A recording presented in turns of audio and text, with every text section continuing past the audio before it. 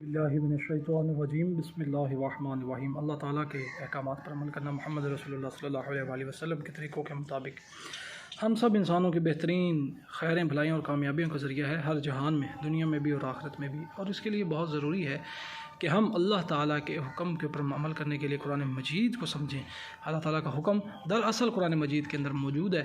कुरान मजीद को तर्जुमे के साथ पढ़ें, सुने, समझें और उस पर अमल करें। और उसके बाद सुन्नत और सही हदीस को तर्जुमे के साथ पढ़ें, सुने, समझें और उस पर अमल करें। अल्लाह ताला हमें हिदायत और ईमान अता फरमाए।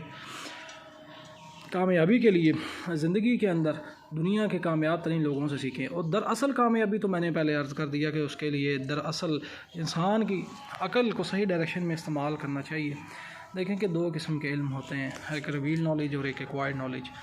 रिवील नॉलेज ऐसा इल्म है जो कि अल्लाह ताला की तरफ से इल्हामी किताबों के ज़रिए से इंसान तक पहुँचा, जैसे कि कुरान मजीद हमारे पास मौजूद है, बाइबल थी, या उसके बाद तौरात थी, ज़बूर थी और मुख्तलिफ़ जो अल्लाह ताला की तरफ से हिदायत पैगम्बरों के ज़रिए से इंसानों तक पहुँची।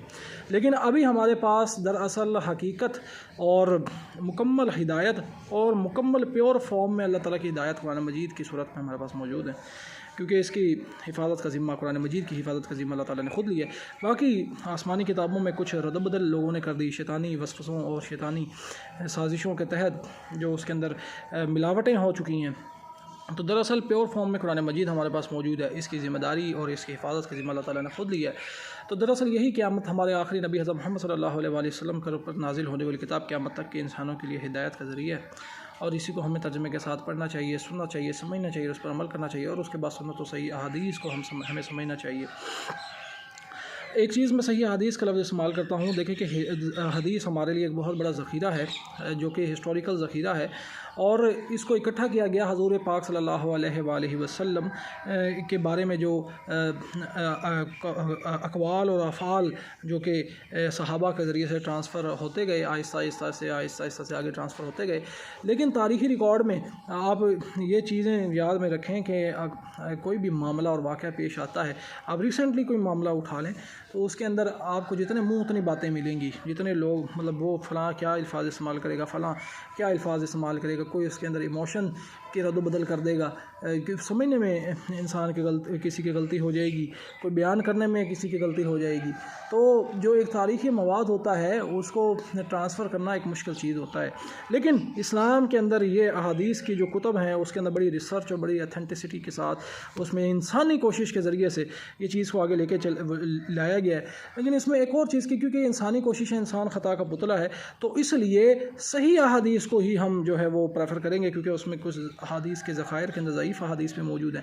मतलब कि उसके अंदर जो रावी हैं वो कुछ कमज़ोर हैं, कुछ उसके अंदर झूठे भी हैं, जो कि कज़ाब लोग, मुनाफिक लोग, जो कि जिन्होंने गलत बातें भी आगे पहुँचाई रसूलुल्लाह के साथ मंसूब करके।